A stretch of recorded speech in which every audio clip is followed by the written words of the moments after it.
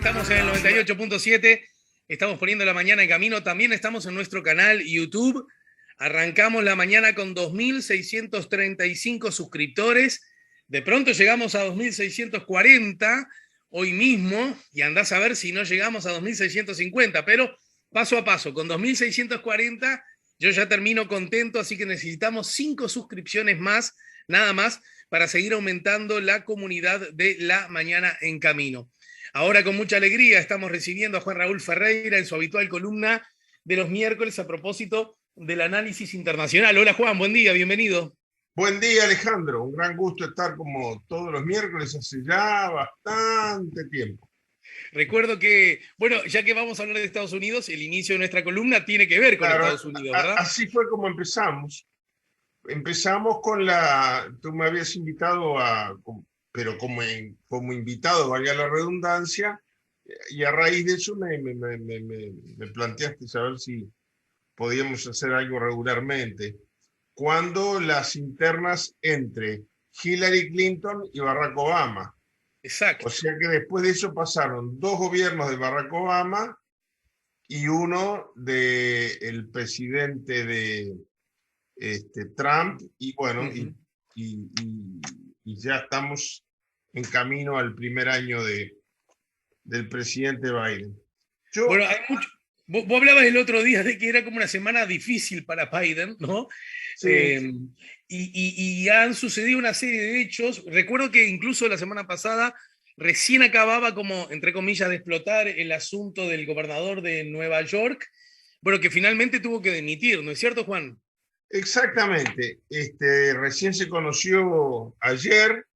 La renuncia será efectiva a partir del 24 de este mes, pero es para facilitar la transición con el vicegobernador hasta que hayan elecciones. Eh, con esto el presidente pierde 2 operadores muy importantes. Habíamos hablado del caso de la presidenta de la Cámara de Diputados, Nancy Pelosi, a quien a raíz de un conflicto del presidente Biden con obispos católicos en Estados Unidos, se va como embajador ante la Santa Sede. Nunca antes ese había sido un cargo importante en Estados Unidos. Hoy, a raíz de este enfrentamiento de Biden, que es católico y amigo personal del Papa Francisco, bueno, cambia de frente, pero pierde en el Parlamento una operadora muy, muy importante. Quizás había sufrido también el desgaste de que fue la portavoz durante el juicio político al presidente Trump. Uh-huh. Pero lo de Andrew Cuomo, antes de que estallaran estas denuncias de abuso sexual, hubiera sido inimaginable. Y como dijimos la semana pasada, él quería atravesar el proceso de juicio político de la legislatura del estado de Nueva York, pero bueno, se ve que las papas empezaron a quemar. Incluso hubo alguna denuncia penal de alguna de las colaboradoras que denuncian el eventual abuso sexual. Bueno, el tema causaba una conmoción tremenda en Estados Unidos. En el caso de Cuomo, él pierde 2 operadores políticos, por decirlo de alguna manera, porque el gobernador Andrew Cuomo, su hermano menor, Chris Cuomo, Ajá. eh, es una figura muy importante como generador de opinión. Él es periodista de la CNN, tiene un programa que el nombre del programa es difícil de traducir, se llama Cuomo Prime Time, la hora clave. Es como, y siempre iba cambiando la hora del programa de acuerdo a la audiencia de la CNN, para que siempre estuviera en la cresta de la ola. Y él es un editorialista, su programa, él fue muy, muy funcional en todo el tema del juicio político del presidente Trump, y no es un periodista de información, es un columnista, es un periodista generador de opinión. Yo lo he estado mirando todas las noches desde que estalló esto de Cuomo para ver cómo manejaba el tema de su hermano, y que creo que es lo más prudente. Otros periodistas han hablado del tema, pero él no he hecho ningún comentario, ni siquiera una despedida del gobernador. Pero en la política, en el esquema interno de la política americana, creo que es un revés muy grande para el presidente y para el Partido Demócrata. Pero bueno, Bien. ¿Y esto que pone, cómo incide esto en la... Acá nos tenés que ayudar un poco, porque bueno, está bien, el hecho de que sea demócrata, por supuesto, no es lluvia buena que cae sobre el gobierno demócrata, pero aún así, tratándose del gobernador de un estado y teniendo en cuenta que Biden es el presidente de, justamente de la unión de muchos estados, ¿qué tipo de incidencia podrá tener este tipo de cosas en Estados Unidos, al menos? bueno, en primer lugar hay un tema de opinión pública, ¿no? En general, en los 50 estados. Esto trasciende la frontera del estado de Nueva York. En segundo lugar, el estado de Nueva York y la personalidad yo si hubiera tenido que apostar, por suerte nadie me tomó la apuesta, pero no hubiera vacilado en apostar que Andrew Cuomo era uno de los muy probables potenciales sucesores del presidente Biden. Yo creo que el presidente Biden, cuando uno lo ve incluso hasta físicamente, está apto para la presidencia, pero no creo que vaya por un proceso de reelección, por un tema de edad, de estado físico, etcétera. Entonces, si a mí me hubieras preguntado así, por lo menos en una Ah, rueda de mira. café, yo te hubiera dicho que Cuomo estaba en la fórmula presidencial seguro. O era candidato a presidente porque ganaba las primarias, o era un probable compañero de fórmula de la vicepresidenta Kamala Harris, a quien muchos dan como la posible primer mujer presidenta de Estados Unidos. Pero en todo caso creo que el presidente advirtió el fenómeno de la opinión pública y prefirió perder un operador que sufrir en carne propia el desgaste, y fue de los primeros en pedirle la renuncia.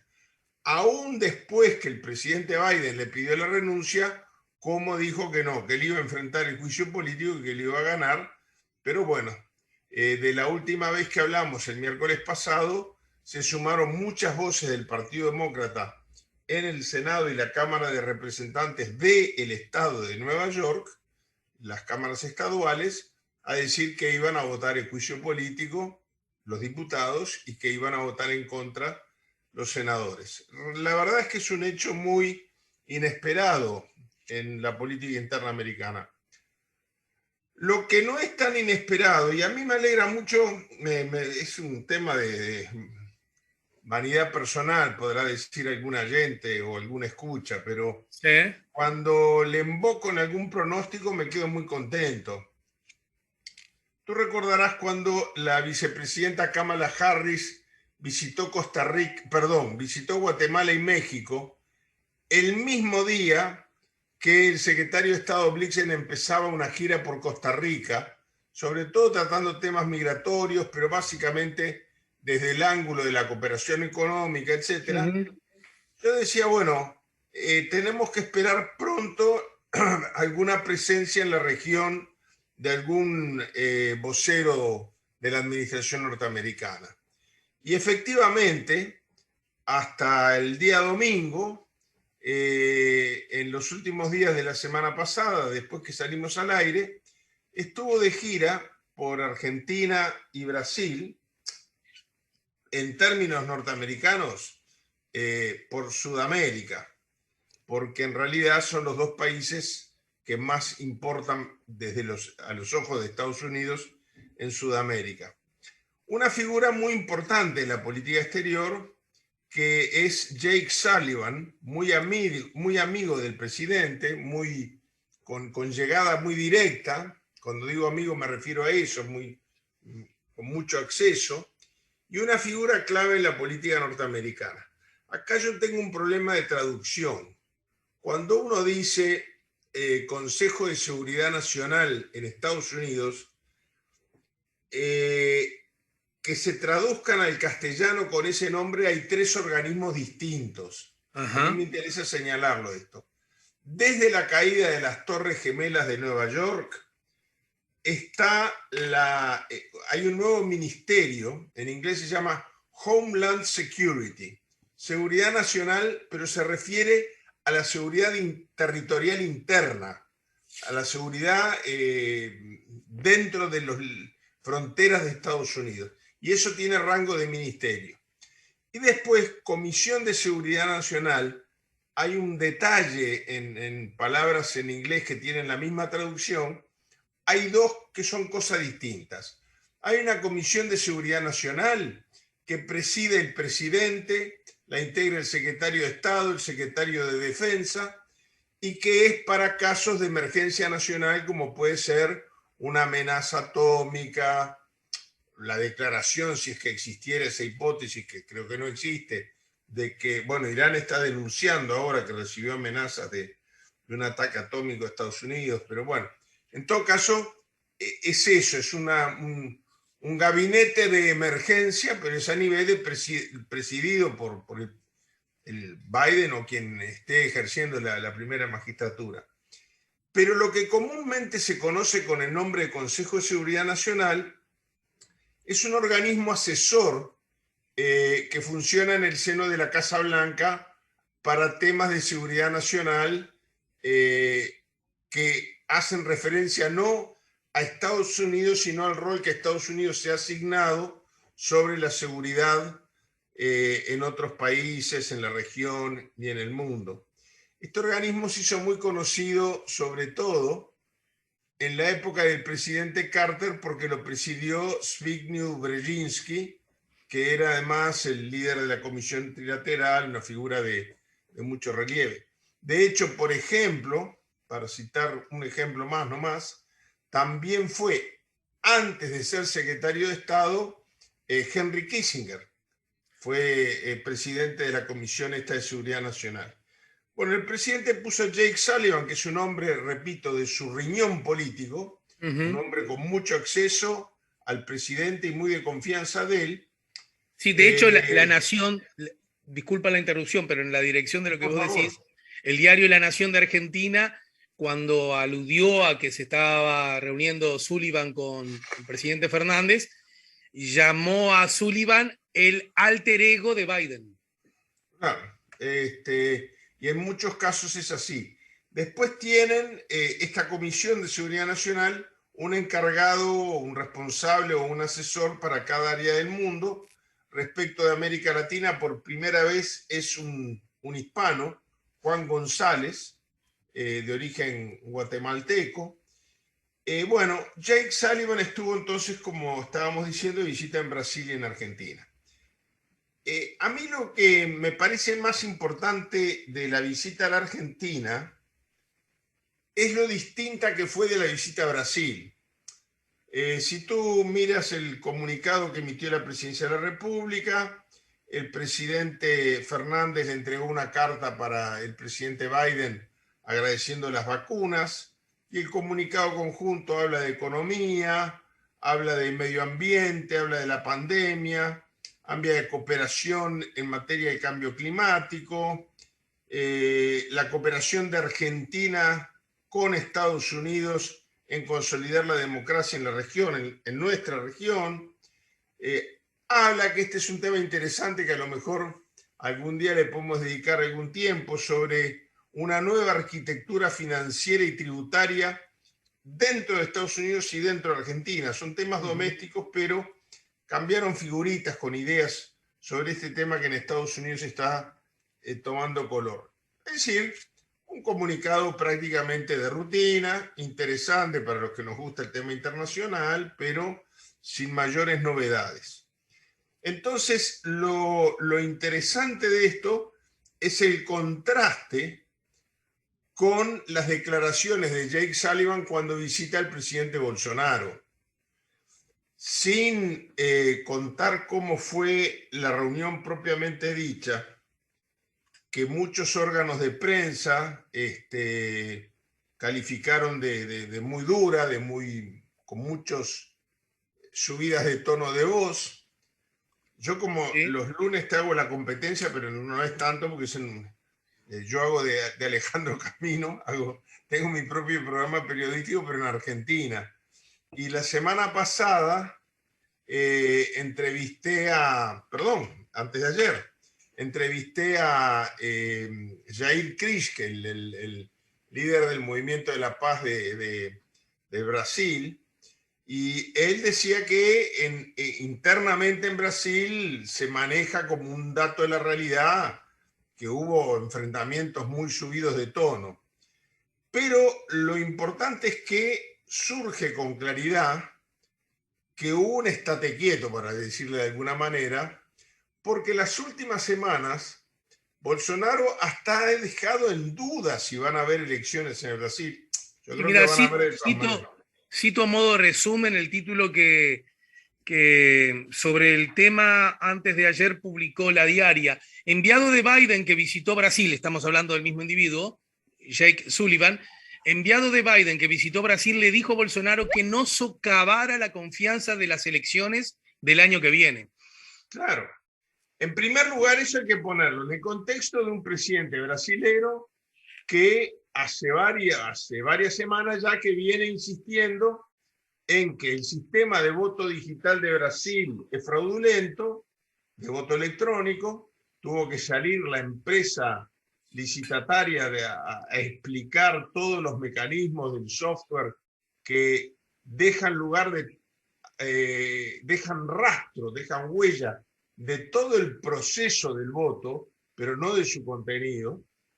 Pero al mismo tiempo, bueno, el presidente Bolsonaro hasta dijo, bueno, si esto no se arregle, si no se suspende el voto electrónico, habrá que ver si no conviene posponer las elecciones, lo que no está dentro de sus prerrogativas constitucionales. A tal punto que provocó, recordarás, una declaración de los propios comandantes en jefe de las Fuerzas Armadas, diciendo que ellos van a garantizar el cumplimiento pleno del calendario electoral. Entonces, esto que tú acabas de leer en ese contexto, y tiene una importancia muy grande. Luego, yo acá anoté algunas frases claves de la conferencia de prensa que da Jake Sullivan a la salida, que también tiene la particularidad de que no fue conjunta. Bolsonaro no quiso estar.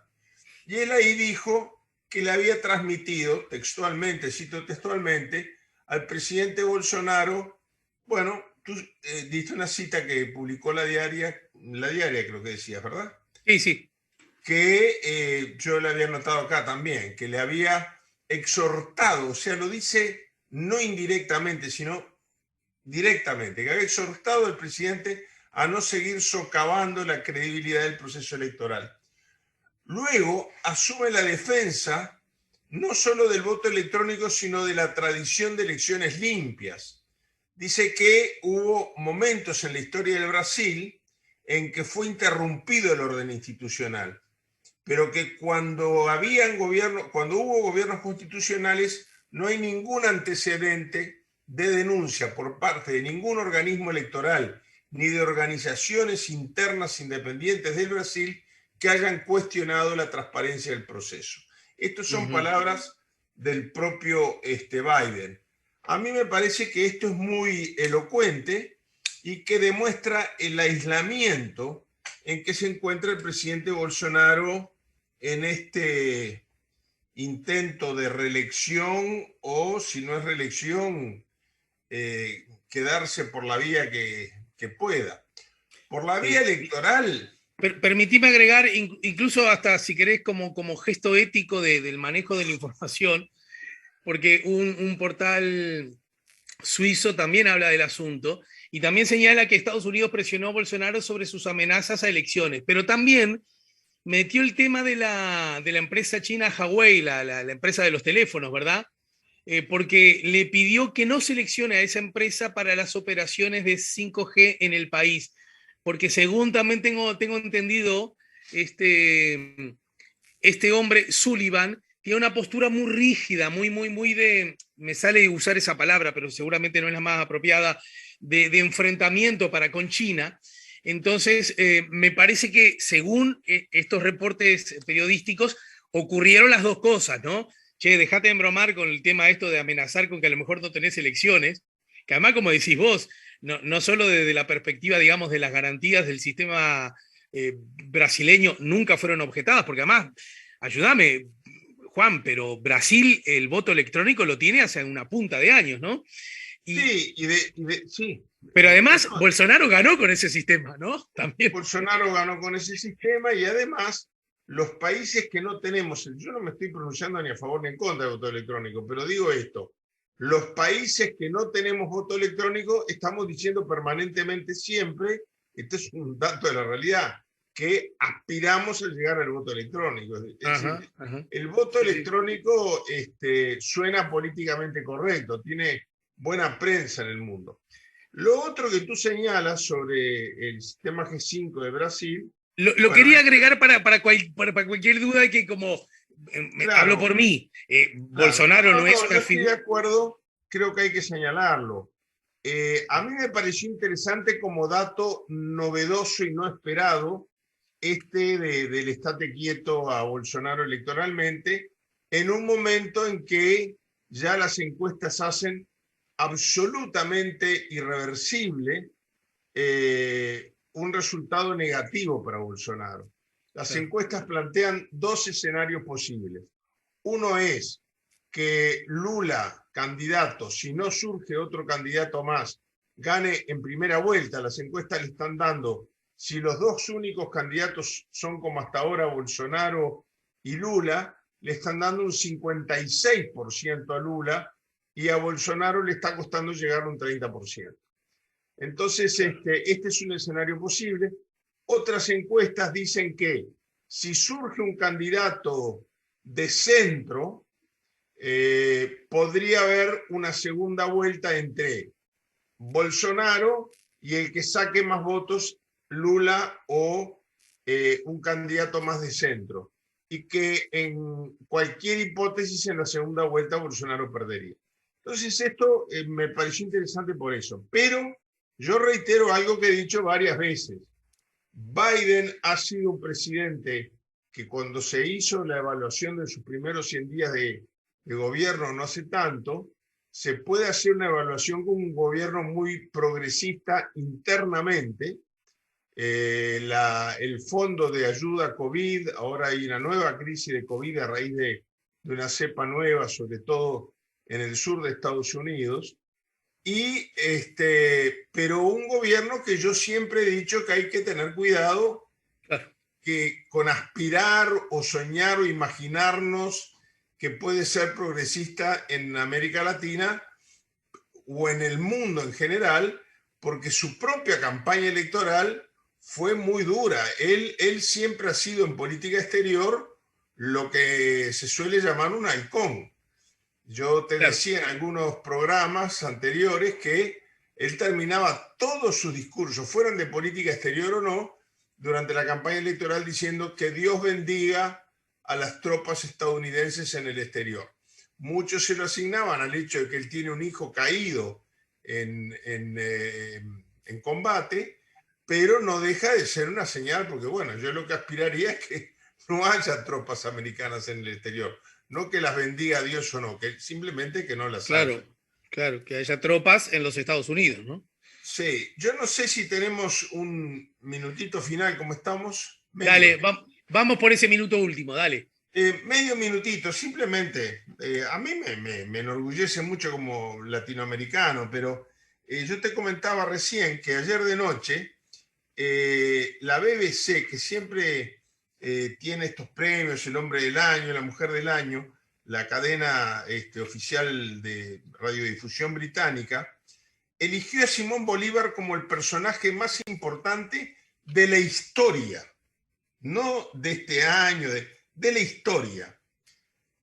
Señala que a los 47 años libró 447 batallas, de las cuales perdió solamente 6, recorrió en sus campañas libertadoras 123.000 kilómetros, 10 veces más que Aníbal, 3 veces más que Napoleón y el doble que Alejandro Magno. A mí me gustaría que se le recordaran por sus ideas y no solamente por sus batallas, pero no deja de llamar la atención que con la poca importancia que se le da a América Latina en Europa, la BBC declare a un latinoamericano como la figura más importante de la historia, no de esta década ni de la pasada, de la historia. Bueno, simplemente quería terminar con esa nota porque me llamó mucho la atención.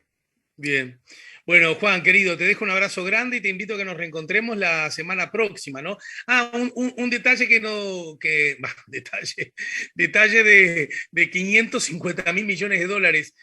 Se aprobó el plan de infraestructura que Joe Biden, a propósito de, que incluye 550 mil millones de dólares de gastos federales en carreteras, puentes, transportes, en Internet de banda ancha y en la lucha contra el cambio climático, ¿no? Es decir, hablando del rol del Estado, para levantar economías, ¿no? Bueno, es muy importante ese dato porque no solamente en términos absolutos, porque ha pasado mucho tiempo, sino que comparado con el Producto Bruto Interno de los Estados Unidos, es la inversión federal más grande de la historia de los Estados Unidos. Bien. Es prácticamente el doble que la que utilizó, que sigue siendo muy conocida, el presidente Franklin Delano Roosevelt para salir de la crisis financiera de la recesión del año 1929. Quiere decir que ese es un dato muy importante. Por eso yo digo, muy progresista para dentro de fronteras, peligrosamente conservador para fuera de fronteras. Sí, sí. Va a ser interesante que un día nos cuentes un poco, porque convengamos que, más allá de, además lo digo con tanta tranquilidad, imagino que vos también, porque tenemos a Trump en las antípodas, desde infinitas perspectivas, por lo menos en mi caso, en el tuyo creo que también, ¿no? Sí, claro, Sí, absolutamente. no obstante ello, desde la perspectiva del vínculo con otras naciones, me parece que el ejército norteamericano no disparó ninguna bala en ningún territorio que no sea que fuera del suyo, ¿no? Durante el gobierno de Trump, durante el gobierno de Biden ya ha ocurrido. No, lo decía durante el gobierno de Trump, en ese sentido, ¿no? Sí. Que, Y que, durante el que, gobierno de Biden ya ha ocurrido. Yo creo que ese es un jalón, un hito muy grande para resaltar. te mando un abrazo grande, Juan, y otra vez Un muchas abrazo gracias. muy grande, Alejandro. Hasta el miércoles que viene.